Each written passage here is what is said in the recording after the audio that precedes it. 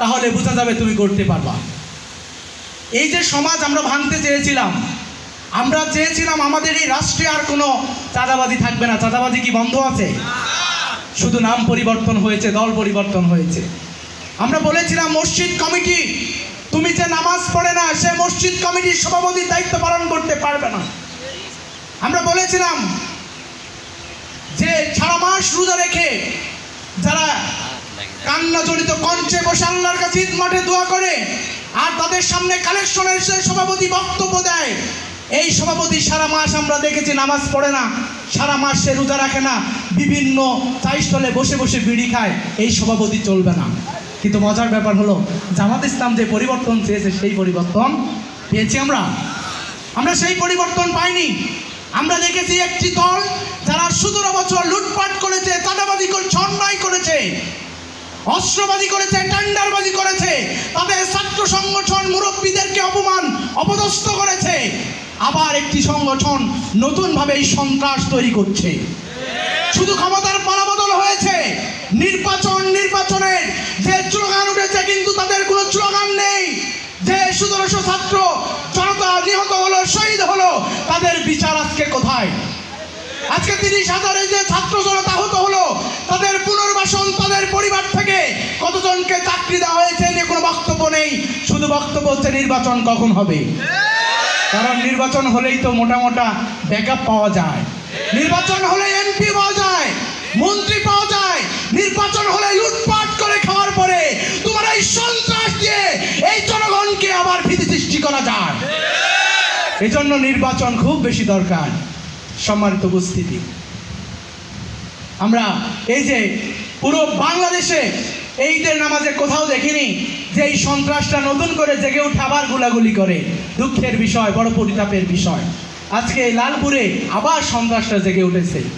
লালপুরের সন্ত্রাস, এই সন্ত্রাস জামাতের হাত ধরে আজকে এখানে জেগে উঠেনি, বরঞ্চ বিএনপির যারা ছিল, যারা অর্থের বিনিময়ে তাদেরকে পুনর্বাসিত করেছে, আজকে তারা তাদের বুকে গুলি চালিয়েছে। দেশের মানুষ রাজনীতি বুঝে। 2006, 2009 আর 18 সালের রাজনীতি নিয়ে এই বাংলাদেশ আর বাংলাদেশের মানুষকে বোঝানো যাবে না। বরঞ্চ দেশের মানুষ তোমাদের এই রাজনীতি এবং তোমাদের পেতাত্তার রাজনীতি, এই রাজনীতি আজকে আমাদের বৃদ্ধ বনিতা, জামাত ইসলামের কর্মী, শিক্ষিত, মূর্খ যারা এই সমাজে বসবাস করে তারা সবাই জানে।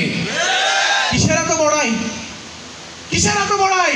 তুমি বলো মন্ত্রী হয়েছে, তার বা কারো বাবা মন্ত্রী, কারো ভাই মন্ত্রী।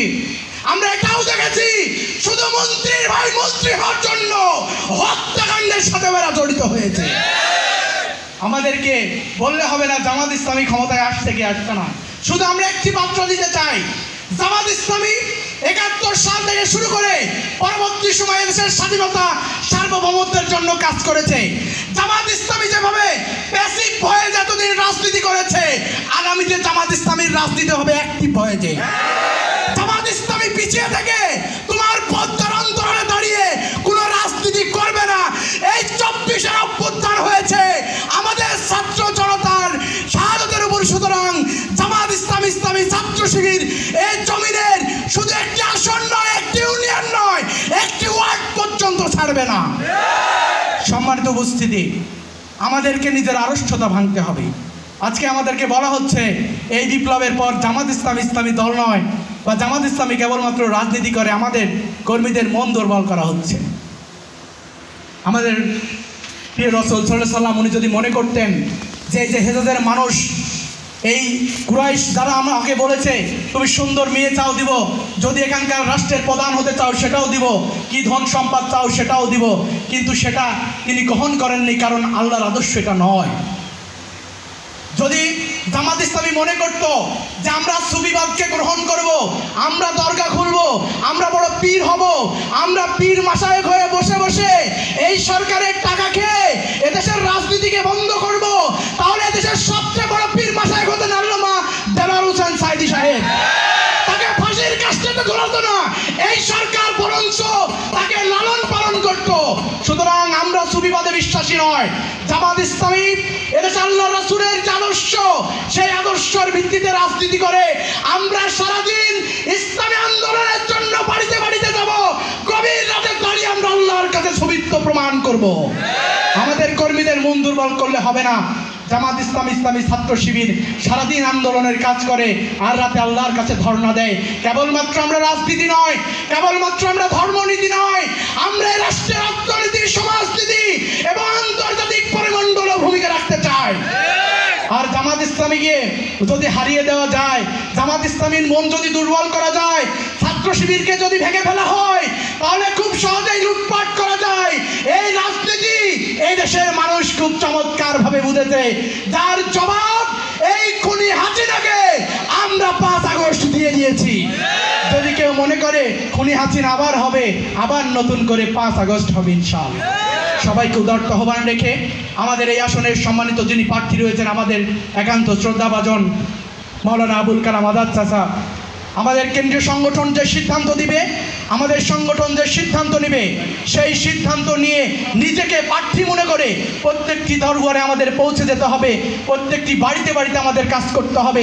এ কাজ কোনো ব্যক্তির নয়, বরং এ কাজ ইসলামী আন্দোলনের কাজ। আল্লাহ সুবহানাহু ওয়া তাআলা আমাদেরকে সকলকে কবুল করুন। আমাদের নতুন নতুন আয়োজন যেন ছাত্রদের মাঝে নতুনভাবে ভূমিকা পালন করতে পারে, সেই তৌফিক দান করুন। সবাইকে সুস্বাস্থ্য এবং দীর্ঘায়ু কামনা করে আমি আমার কথা শেষ করছি। আসসালামু আলাইকুম ওয়া রাহমাতুল্লাহ।